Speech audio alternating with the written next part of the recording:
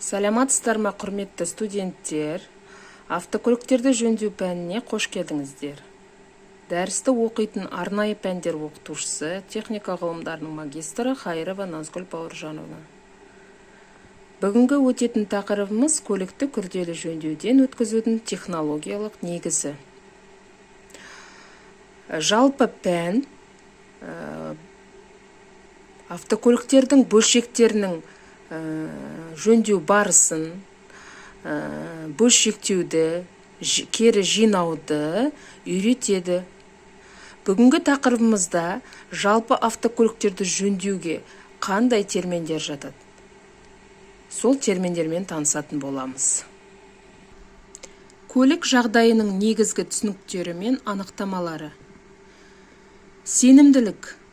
Сенімділік автомобильдің және оның тетіктерінің пайдаланылу барысында белгілі бір уақыт аралығында немесе белгілі бір жұмыс көлемін орындауға тиісті мезгілде өзінің алғашқы техникалық сапасын сақтайтын қабілеті. Жөндеу жарамдылық пен жұмысқа қабілеттілігін қайтаратын кешенді операциялар. Яғни автокөліктің бөлшектері жұмысқа қайта орнатуға жарамды болса, оны біздер міндетті түрде жөндеу арқылы қалпына келтіреміз. Жарамдылығы. Жөндеу кезінде автомобильдің ақауын жоюға бейімділігі.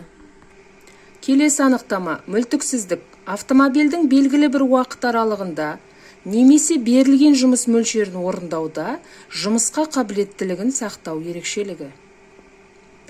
Қызметтік мерзім. Автомобильдің күрделі жөндеуге дейінгі жүрген жолы немесе пайдаланылу мерзімі.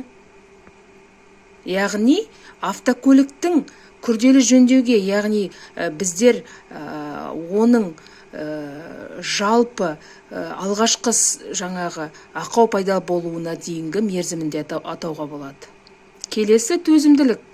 Бұл машинаның, агрегаттың, тораптың техникалық жарамды қалпында орнатылған пайдалану мерзіміне дейін ақаусыз жұмыс істеуі.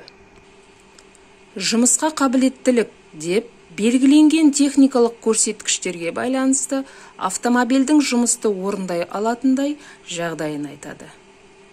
Келесі қор автомобильдің межелі жағдайға жеткенше мүлтіксіз жұмыс істеу уақытын айтамыз. Балалар, жалпы бүгінгі пәнімізге кіріспе қысқаша осы, мен сіздерді негізгі терминдермен таныстырдым. Енді үйге тапсырма, автокөлікті жөндеу пәнінің қысқаша даму тарихын жазып келеміз, және де жоғарыда аталған терминдердің барлығын жатқа айтатын боламыз. Дәптерлерімізге міндетті түрде жазып аламыз.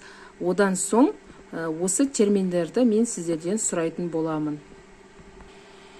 Және де осы тақырыптарды толықтай оқу мақсатында келесі әдебиеттерден алатын боламыз. Яғни Бернацкий техническое обслуживание ремонт автомобилі және Тұрсынбеков пен Белгібековтің автомобильдерге техникалық қызмет көрсету және жөндеу әдебиеттерінен толық оқып шығуға болады.